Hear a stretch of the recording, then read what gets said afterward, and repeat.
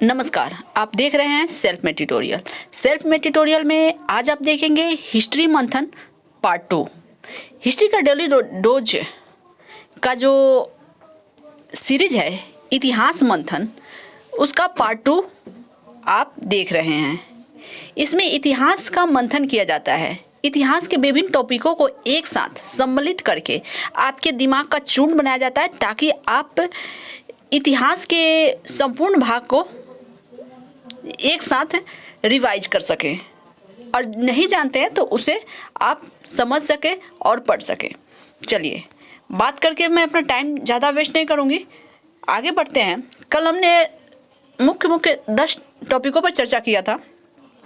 आज हम क्वेश्चन जो 11 नंबर बनता है वो है जैनों का प्राचीनतम ग्रंथ। जैनों के प्राचीनतम ग्रंथ कौन कौन से हैं?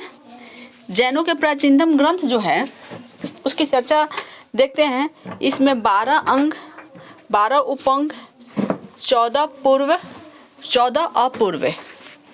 तो प्राचीनतम ग्रंथ है 14 पूर्व। कौन सा है? 14 पूर्व है। अब कहेंगे कि आप 12 अंग क्यों नहीं है, 12 उपांग क्यों नहीं है, लेकिन प्राचीनतम, यहाँ बात हो रही है प्राचीनतम ग्रंथ की, तो वो है 14 पूर्व। अभी ये इसकी व्याख्या हम करेंगे कि ये कैसे।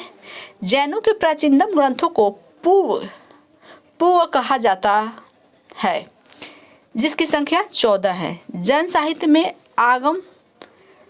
जैन साहित्य को आगम कहा जाता है। आगम का अर्थ क्या होता है? सिद्धांत। इसको नोट कर लीजिएगा। जैन साहित्य को क्या कहा जाता है? आगम। और बौद्ध साहित्य को क्या कहा जाता है? जातक। ओके, तो जैन साहित्य को आगम कहा जाता है। और सबसे प्राचीनतम ग्रंथ कौन सा है? पूर्व लिखा गया है, लेकिन इसे ग्रंथों को पूर्व भी कहा जाता है। और इसकी संख्या कितनी है? 14 है। चलिए आगे बढ़ते हैं। इसमें उसका डिस्क्रिप्शन कुछ और दिया हुआ है, उसकी भी चर्चा देख लेते हैं। अर्ध मागधी या प्रकृति में लिखे गए हैं। कौन सा? जैनों के प्राचीनतम ग्रंथ जो है, जिनकी संख्या 14 है, जिसे पूर्व या पूर्व कहा जाता है, वो किस भाषा में लिखा गया है? मगधी भाषा में लिखा गया है या मागधी या प्राकृत भाषा में लिखा गया है? अब आप सोच रहे होंगे कि प्राकृत भाषा क्या होता है। प्राकृत भाषा वो होता है कि उस समय समकालीन समाज के जो बोलचाल की भाषा होती है, आम भाषा होती है, उसे प्राकृत भाषा कहा जाता है। तो जैन ग्रंथ जो है विशेष रूप से प्राकृत भाषा में ही लिखा गया था। इसके अंतर्गत 12 अंग, 12 उपांग, 10 प्रकीर्णन, 6 छेद सूत्र, 4 मूल सूत्र एवं अनुयोग सूत्र आते हैं। यानी कि 14 पूर्व ग्रंथ जो हैं उसके अंतर्गत है 12 अंग, 12 उपांग, 10 प्रकीर्ण, 6 छेद सूत्र, 4 मूल सूत्र और अनुयोग सूत्र। ध्यान में रखिएगा, नेट के एग्जाम में ये क्वेश्चन पूछे जाते हैं, इसी तरह के क्वेश्चन पूछे जाते हैं। आप लोग सोचते हैं कि आप याद कर लेंगे, जो भी ऑब्जेक्टिव क्वेश्चन है इजी होगा। ऑब्जेक्टिव इतना इजी नहीं होता है। आप लोग सिर्फ पूरे हिस्ट्री का बटर जो पार्ट होता है, बटरिंग वाला पार्ट होता है, उस टॉपिक को आप लोग कवर करते हैं। लेकिन मैं इस वीडियो के माध्यम से उस टॉपिक को लेकर आऊँगी जो आप जानते हैं, सो अच्छी बात है। शायद मैं उस टॉपिक पर ना जाऊं, क्योंकि मुझे पता है कि आप जब हिस्ट्री की तैयारी कर रहे हैं, हिस्ट्री के स्टूडेंट हैं, तो ऐसे नहीं है कि आप जीरो हैं। आपकी तैयारी अच्छी है, लेकिन उन सब टॉपिकों को लेकर मैं आऊँगी जो आपकी नज़रों से ओझल है। जैसे अब चलिए अब नेक्स्ट टॉपिक देखते हैं। अब यहाँ पे है जैन धर्म के प्रथम तीर्थंकर। जैन धर्म के प्रथम तीर्थंकर। तो आप सीधा सा क्वेश्चन सवाल है, सीधा सा सिंपल सा दिखने वाला सवाल है, लेकिन मैं इसके अंतर्गत इसको जब एक्सप्लेन करूँगी, इसको पूरे अच्छे तरीके से डिस्क्राइब करूँगी, तो आपको और कुछ नई बातें जानकारी होगी। चलिए, प्रथम तीर्थंकर कौन थे? आप जानते हैं, ऋषभदेव थे प्रथम तीर्थंकर जैन धर्म के। तो ऋषभदेव जैन धर्म के संस्थापक, प्रवर्तक एवं पहले तीर्थंकर के रूप में जाने जाते हैं। उनकी मृत्यु 58 पर्वत पर हुई थी, 58वें पर हुई थी। 58वें क्या होता है? कैलाश पर्वत पर हुई थी। उनका प्रतीक चिन्ह क्या था? वृषभ। वृषभ मतलब क्या होता है? बैल। तो याद रखिएगा, नाम से पूरा मैच कर रहा है। जैसे प्रथम तीर्थंकर ऋषभ देव और उनका प्रतीक चिन्ह क्या है? वृषभ। ऋषभ देव, आदिनाथ और आरएसटी नेमी का उल्लेख ऋग्वेद में मिलता है। ऋषभ देव, आदिनाथ और आरएसटी का उल्लेख ऋग्वेद में मिलता है। यानी कि ऋग्वेद जो सबसे प्राचीनतम ग्रंथ है, उस प्राचीनतम ग्रंथ में इन जैन तीर्थंकरों का नाम मिलता है। इससे पता चलता है कि जैन धर्म का जो अस्तित्व था वो प्राचीन काल से ही, ऋग्वैदिक काल से ही था। भले ही उसका प्रचार प्रसार जन जन तक पहुंचाने का श्रेय जाता है महावीर स्वामी को, इसीलिए महावीर स्वामी को संस्थापक कहा जाता है। लेकिन अगर रियल बात करें तो उतना प्रचार प्रसार नहीं हुआ था, लेकिन इसका अस्तित्व कायम हो चुका था ऋग्वैदिक काल में।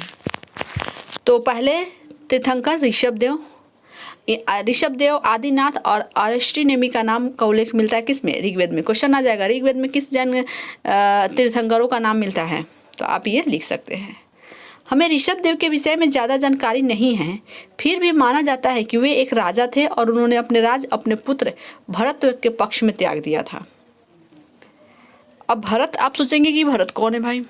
तो ऐसा माना जाता है कि आपने शकुंतला और भरत की कहानी सुनी होगी, जिसके नाम पर दुष्यंत और शकुंतला की कहानी, राजा दुष्यंत और शकुंतला की कहानी, जिसका पुत्र भरत था और जिसके नाम पर भारत पड़ा। लेकिन शायद ये भरत वो नहीं है, क्योंकि ये ऋषभ देव के पुत्र हैं। ओके, चलिए आगे देखते हैं क्या लिखा हुआ है। ऋषभ देव के पुत्र भरत के पक्ष में त्याग कर ऋषभ देव यति बन गए। यति मतलब जो यावर की तरह घूमते हैं और योगी यति सन्यासी जो होते हैं उस तरह अपना जीवन व्यतीत करते हैं, अपनी दीन दुनिया गृहस्थ जीवन को त्याग कर। कुछ पौराणिक परंपराओं में कहा गया है कि भारतवर्ष नाम उसी भरत के नाम पर पड़ा। देखिए, जो हमने कहा था भारतवर्ष का नाम उसी भरत के नाम पर पड़ा, जो ऋषभ देव का पुत्र था। वायु पुराण, विष्णु पुराण और भागवत पुराण में ऋषभ देव का उल्लेख नारायण के अवतार के रूप में मिलता है।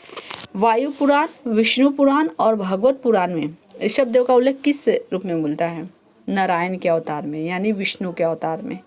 ओके, तो खैर ये धर्म की बातें हैं, आप हिस्ट्री से जुड़े हुए हैं तो इन सब बातों को याद रखना होगा, क्योंकि भारत का प्राचीनतम इतिहास गौरवपूर्ण है, रहेगा और था।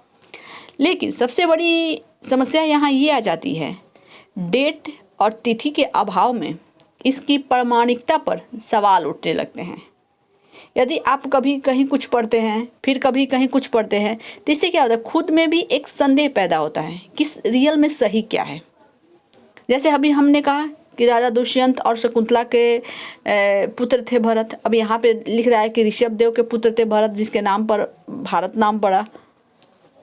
लेकिन यहाँ पर भी ये कहा गया कि ऐसा माना जाता है, तो कोई फुल प्रूफ साक्ष्य अवेलेबल नहीं है। तो बस इतना आप याद रखिए कि ऋषभ देव का प्राचीन ग्रंथ में, ऋग्वेद में नाम मिलता है। वो प्रथम तीर्थंकर थे, उनका प्रतीक चिन्ह क्या है? वृषभ है। आप अच्छे से पढ़ते जाइए, क्योंकि यदि मैं 10 पार्ट कंप्लीट कर लूँगी तो फिर आपका टेस्ट होगा। अगर आप लोग अच्छा रिस्पॉन्स करेंगे तो मैं लाइव कर आके इन सारे टॉपिकों को अच्छे से क्लियर करूँगी, आगे और बढ़ूँगी, जो लाइव क्लास में आके ये सब कंप्लीट किया जाएगा, ताकि आप लोग को भी ज़्यादा इंटरेस्ट पैदा होगा। चलिए देखते हैं इनमें से कौन सही है। 13 नंबर एक क्वेश्चन है जो लिखा हुआ है कौन सही है। जैसे ज्ञान का प्रतीक बोधि वृक्ष, प्रथम उपदेश सांड, इसके प्रतीक चिन्ह प्रथम उपदेश का चिन्ह सांड, महापरिनिर्वाण का चिन्ह सिंह, गृह त्याग धर्मचक्र है। तो इसमें कौन सही है? तो इसमें से ये तो बिल्कुल ही सब गलत है। प्रथम उपदेश सांड एकदम बिल्कुल गलत है। महापरिनिर्वाण सी गलत है। गृह त्याग धर्म चक्र गलत है। ज्ञान बोधि वृक्ष, यानी कि महात्मा बुद्ध को ज्ञान जो प्राप्त हुआ था, कहाँ प्राप्त हुआ था? बोधि वृक्ष के नीचे।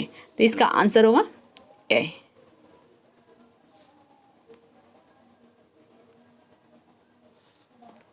ठीक है, इसका आंसर क्या है?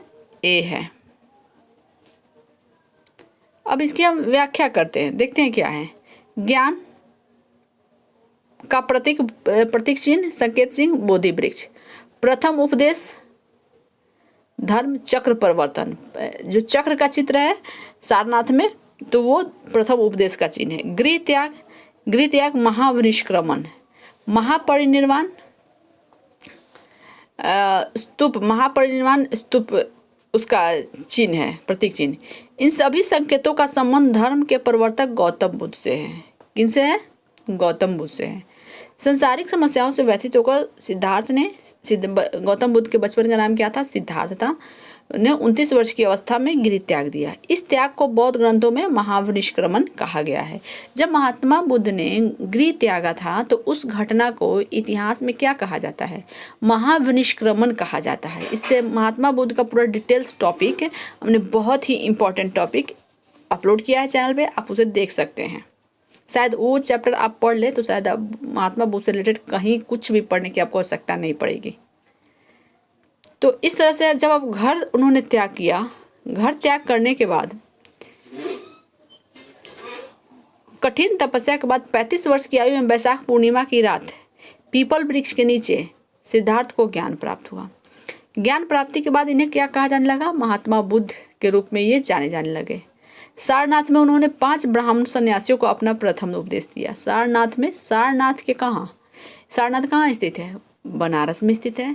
और सारनाथ के ऋषि पत्तनम में उन्होंने अपना प्रथम उपदेश दिया, जिसे बौद्ध धर्म में धर्म चक्र परिवर्तन के नाम से जाना जाता है। 80 वर्ष की अवस्था में उनकी मृत्यु हुई, जिसे बौद्ध ग्रंथ में महापरिनिर्वाण की संज्ञा दी गई। मृत्यु के बाद बुद्ध के शरीर के अवशेषों को कितने भागों में बांटा गया? मृत्यु के बाद बुद्ध के शरीर के अवशेषों को 8 भागों में बांटा गया और उस पर 8 स्तूपों का निर्माण कराया गया। यानी कि जो स्तूप होते हैं वो बौद्ध धर्म से रिलेटेड एक तरह से स्मारक होते हैं, यानी उसमें कुछ ना कुछ बौद्ध धर्म की वस्तुओं, भौतिक वस्तुओं, उनके शारीरिक पार्ट या उनके अनुयायियों से संबंधित कुछ उसमें पार्ट रहता है। चलिए आगे बढ़ते हैं। क्वेश्चन नंबर 14, इसमें टॉपिक है रीत के नियामक देवता कौन थे? रीत एक शब्द है, प्राचीन काल में आता है, ऋग्वैदिक काल से लिया गया है कि रीत के नियामक देवता कौन है? तो इसका आंसर होगा वरुण। रीत के नियामक देवता कौन है? वरुण। अब कैसे? चलिए पढ़ते हैं। रीत के नियामक देवता वरुण थे। रीत का अर्थ है सत्य तथा अविनाशी सत्ता। रीत का अर्थ क्या होता है? सत्य और अविनाशी सत्ता। ऋग्वेद में रीत की बड़ी सुंदर कल्पना मिलती है और बताया गया है कि सृष्टि के आदि में सबसे पहले रीत उत्पन्न हुआ था। आदि और अंत, आदि का मतलब क्या होता है? शुरू में। तो ऋग्वेद में रीत की बड़ी सुंदर कल्पना मिलती है और कहा जाता है कि सृष्टि के आदि में, यानी सृष्टि की जब सबसे पहले उत्पत्ति हुई तो सबसे पहले रीत उत्पन्न हुआ था। रीत च सत्यम चाभिद्वात तपसो ध्या जातो। इसके द्वारा विश्व में सुव्यवस्था प्रतिष्ठा स्थापित होती है। रीत विश्व की व्यवस्था का नियामक है। देवता रीत के स्वरूप है अथवा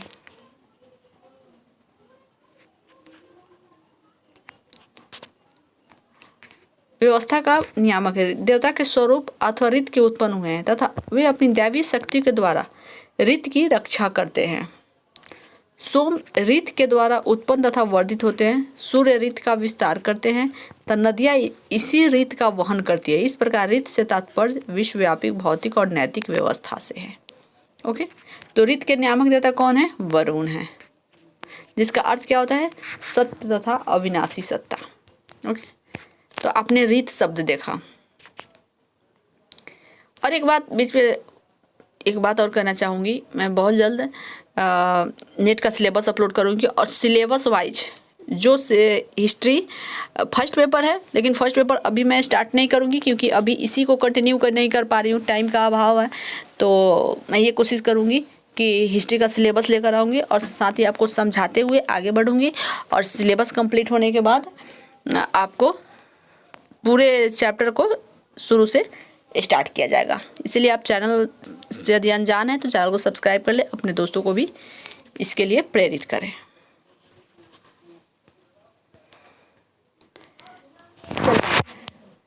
आगे बढ़ते हैं। आगे एक टॉपिक है, वेदांग का हिस्सा नहीं है। आप ध्यान लगाइए, शिक्षा, गंधर्व, छंद और ज्योतिष, इसमें कौन वेदांग का हिस्सा नहीं है? तो वेदांग कितने हैं पहले आपको मैं बता दूं। वेदांग 6 हैं। कौन कौन? शिक्षा, कल्प, निरुक्त, व्याकरण, ज्योतिष, छंद। तो आपने सुना, तो इसमें आप अनुमान लगाएं कि कौन वेदांग का हिस्सा नहीं है। तो आंसर होगा बी, क्योंकि शिक्षा है, ज्योतिष है, छंद है, गंधर्व जो है वेदांग का हिस्सा नहीं है। तो देखिए, गंधर्व वेदांग का हिस्सा नहीं है, गंधर्व सामवेद का उपवेद माना जाता है। ओके, चलिए आगे बढ़ते हैं। क्वेश्चन नंबर 16, कृष्ण किस क्षत्रिय कुल में आते हैं? कृष्ण भगवान जो थे वो किस क्षत्रिय कुल में आते हैं? तो इसमें दिया हुआ इक्ष्वाकु, ज्ञात्रिक, शतवत और चंद्रवंशी। तो आंसर होगा सातवत वृष्णि। सातवत वृष्णि कुल में आते हैं। कृष्ण सातवत वृष्णि क्षत्रिय कुल में आते हैं। ईस्वी सन के प्रारंभ होने से पहले ही उसकी देवता के रूप में पूजा आरंभ हो चुकी थी। गीता में स्वयं कृष्ण ने अपने को वृष्णियों में वासुदेव कहा है। गीता में क्या कहा है? स्वयं कृष्ण ने अपने को वृष्णियों में वासुदेव कहा है। ओके, तो किस क्षत्रिय कुल के थे? सातवत वृष्णि कहा है। चलिए आगे बढ़ते हैं। क्वेश्चन नंबर 17, भागवत धर्म का सही तदात्म्य है क्या है? भागवत धर्म का सही तदात्म्य क्या है? एंथेइस्ट, थेइस्ट, भौतिकवाद, ईश्वरवाद। तो इसमें भागवत धर्म का सही तदात्म्य है ईश्वरवाद। क्या है? ईश्वरवाद। भागवत धर्म का सही तदात्म्य ईश्वरवाद है। भागवत धर्म मुख्य रूप से पाणिनि के काल में अत्यधिक प्रचलित हुआ। किसके काल में? पाणिनि के काल में। इस समय उल्लेख मिलता है कि वासुदेव की पूजा करने वाले वासुदेवक कहलाते हैं।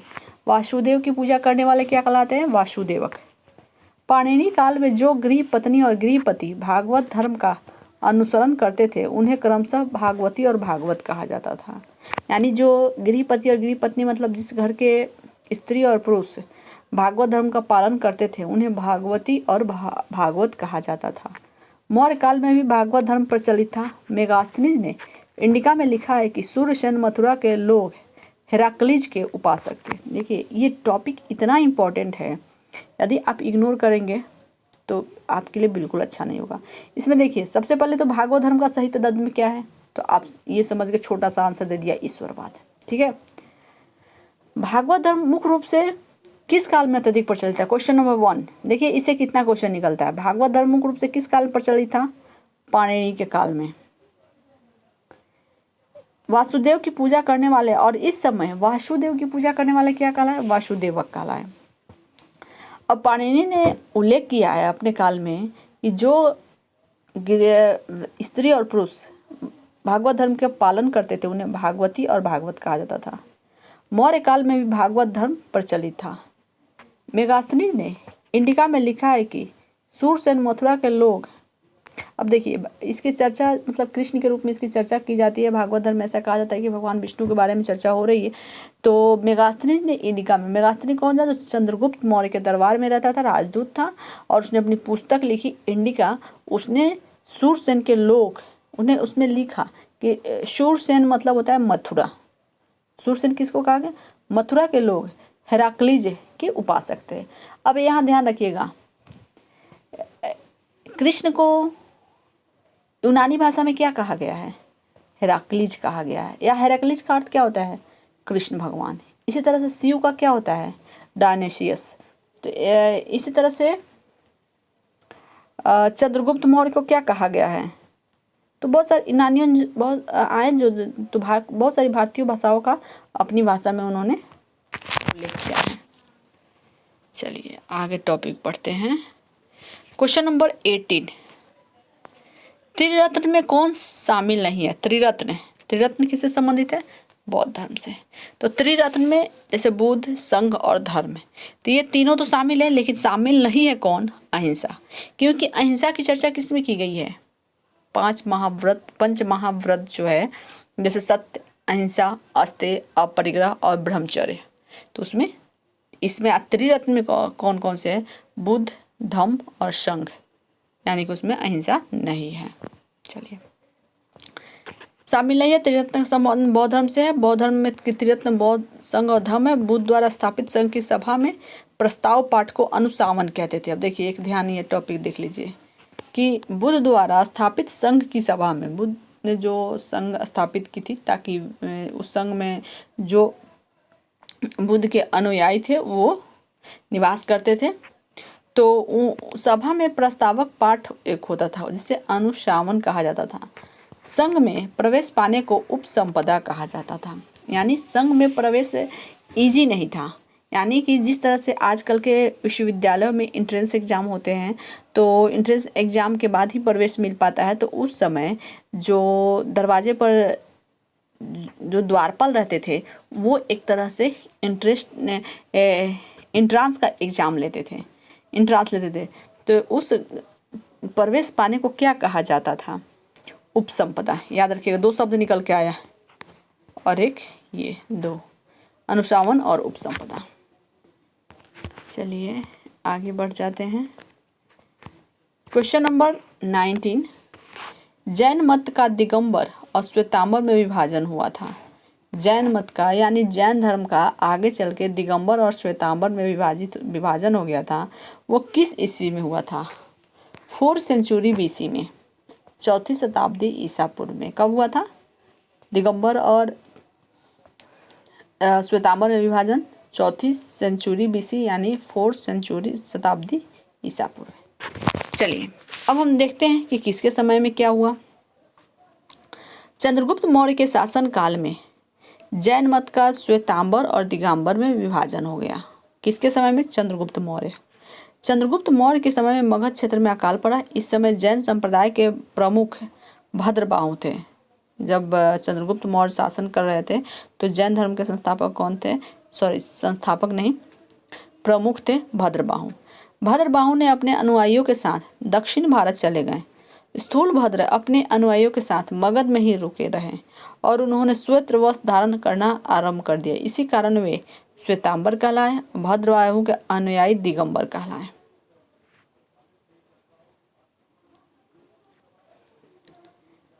श्वेतांबर जैनियों को यति, आचार्य या साधु कहा जाता था। श्वेतांबर को क्या कहा जाता था? जो श्वेत वस्त्र पहनते थे, आचार्य, साधु या यति कहा जाता था। जबकि दिगंबर जैनियों को झूलक, एलक, निर्ग्रंथ। याद रखिएगा, ये क्वेश्चन पूछ सकता है। मैं यहाँ गोला लगा रही हूँ, आप जरूर नोट्स अगर कोई रखते हैं तो नोट्स तैयार कर ले। कि दिगंबर को क्या कहा जाता था? झूलक, एलक और निर्ग्रंथ। श्वेतांबर अनुयायी भोजन आवश्यक समझते थे, जबकि दिगंबर मानते थे कि ज्ञान प्राप्ति के लिए भोजन आवश्यक नहीं है। चलिए आगे देखते हैं। श्वेतांबर मत के अनुसार स्वामी का विवाह हुआ और पुत्री भी प्राप्त हुई। हाँ, ये तो बिल्कुल सही है। जबकि दिगंबरों का मानना है कि वे अविवाहित थे। अब देखिए, दिगंबरों ने अपने विचार प्रचलित किए, जबकि सभी जानते हैं कि जैन धर्म में कौन सी घटनाएं हुई थी, क्या हुआ था। लेकिन दिगंबरों का यह मानना था कि ये महावीर स्वामी जो थे अविवाहित थे। श्वेतांबर मानते थे कि 19वें तीर्थंकर मल्लीनाथ स्त्री थे। अच्छा, 19वें तीर्थंकर मल्लीनाथ जो थे स्त्री थे, जबकि दिगंबरों के अनुसार वे पुरुष थे। तो इस तरह से दिगंबर और श्वेतांबर में डिफरेंस था। एक तरह से ये माने तो श्वेतांबर जो थे गृहस्थ जीवन को लेते हुए धर्म का प्रचार प्रसार, उसके धर्म को आगे बढ़ा रहे थे। दिगंबर जो थे संन्यास और गृहस्थ आश्रम त्याग कर अपने धर्म का प्रचार प्रसार कर रहे थे। अब हम मौर्य काल से क्वेश्चन देखते हैं। मौर्य काल से एक क्वेश्चन बनता है, मौर्यों को शूद्र कहता है कौन? मौर्य जो थे, मौर्य के संस्थापक, उन्हें शूद्र कहा जाता है। किस ग्रंथ में? तो पुराण में। पुराण की संख्या कितनी है? पुराणों की संख्या 18 है। तो उसमें कहा गया है कि मौर्य जो थे जाति से शूद्र थे। पुराणों के अनुसार शिशुनाग वंश के बाद नंद राजा होंगे। इसके अनुसार चंद्रगुप्त मौर्य शूद्र था। विष्णु पुराण के टीकाकार कौन थे? श्रीधर स्वामी ने चंद्रगुप्त मौर्य को नंद की पत्नी मूरा से उत्पन्न बताया है। श्रीधर स्वामी ने, जो चंद्रगुप्त मौर्य विष्णु पुराण के टीकाकार थे, उन्होंने बताया कि चंद्रगुप्त मौर्य को नंद की पत्नी मूरा से उत्पन्न बताया है। मूरा से उत्पन्न होने के कारण ये मौर्य कहलाए। मुद्रा राक्षस ने चंद्रगुप्त को धनानंद का पुत्र बताया गया है तथा चंद्रगुप्त को वृषल कहा गया है। कुछ विद्वान इसका अर्थ है शूद्र मानते हैं। ओके, यहाँ पे जैसे कि लिखा हुआ है, मुद्रा राक्षस में चंद्रगुप्त को धनानंद का पुत्र बताया गया है, चंद्रगुप्त को विशल कहा गया है। कुछ विद्वान इसका अर्थ शूद्र मानते हैं। चलिए आगे बढ़ते हैं। मगध का पहला शासक कौन था? बिंबिसार। बिंबिसार किस वंश का था? हर्यक वंश। जब मगध में सबसे पहले, मगध का विस्तार होने के बाद जो सबसे पहले शासक बना वो था हर्यक वंश का शासक बिंबिसार। मगध का पहला शासक बिंबिसार था। 16 महाजनपदों में से एक मगध का साम्राज्य के रूप में आविर्भाव हर्यक वंश के शासन के साथ हुआ। बिंबिसार इस वंश का प्रथम शक्तिशाली शासक था।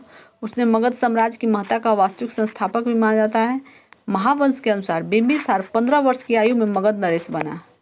महावंश और दीप वंश श्रीलंका की में प्रचलित बौद्ध धर्म की 2 ग्रंथ हैं, जिसमें ये कहा गया है कि बिंबिसार 15 वर्ष की आयु में मगध नरेश बना।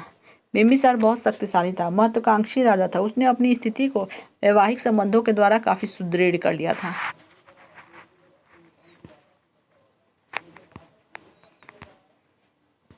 ओके, आगे देखते हैं।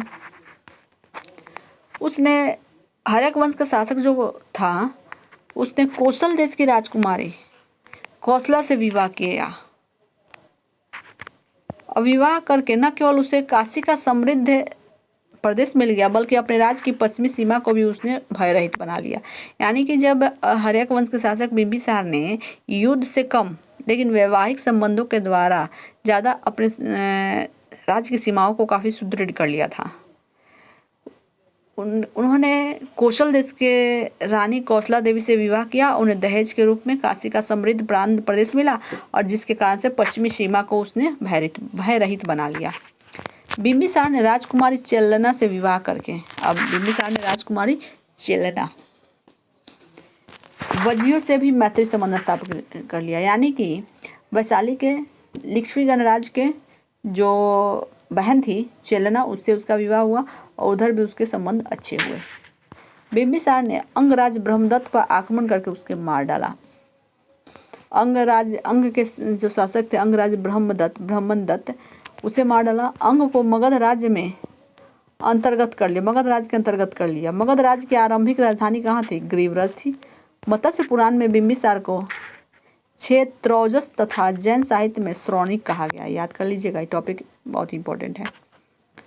बिंबिसार का उल्लेख कहाँ मिलता है? मत्स्य पुराण में मिलता है। और मत्स्य पुराण में बिंबिसार को क्षेत्रौजस तथा जैन साहित्य में श्रौणिक कहा गया है। अवंती राज्यों के साथ लगातार संघर्ष, लेकिन अवंती शासक चंद्रप्रद्योत के बीमार होने पर अपने राज वैद्य जीवक को अवंती भेजा। यह बौद्ध और जैन धर्म दोनों मत का पोषक था। कौन? बिंबिसार। और उसने अवंती शासक चंद्रप्रद्योत के बीमार होने पर अपने राज वैद्य जीवक को भी भेजा। और उसने महात्मा बुद्ध भी जब मृत्यु हो गए तो अपने राज वैद्य जीवक को भेजा था उनकी देखरेख करने के लिए। ओके, तो ये रहा हिस्ट्री मंथन का दूसरा वीडियो जिसमें आपने बहुत ही इम्पोर्टेंट टॉपिक को देखा समझा। फिर मिलते हैं एक नेक्स्ट वीडियो के साथ, जो होगा हिस्ट्री डेली डोज इतिहास मंथन पार्ट 3। इसलिए आप देखना ना भूलें, इस वीडियो को आप मिस ना करें, क्योंकि एक बार इस सीरीज को आप कंप्लीट कर लेते हैं, मुझे पूरा विश्वास है आप 60% से एवं क्वेश्चन बहुत अच्छे से ढंग से कर सकेंगे। ओके, तो आप वेट करते रहिए नेक्स्ट सीरीज का नेक्स्ट वीडियो के लिए।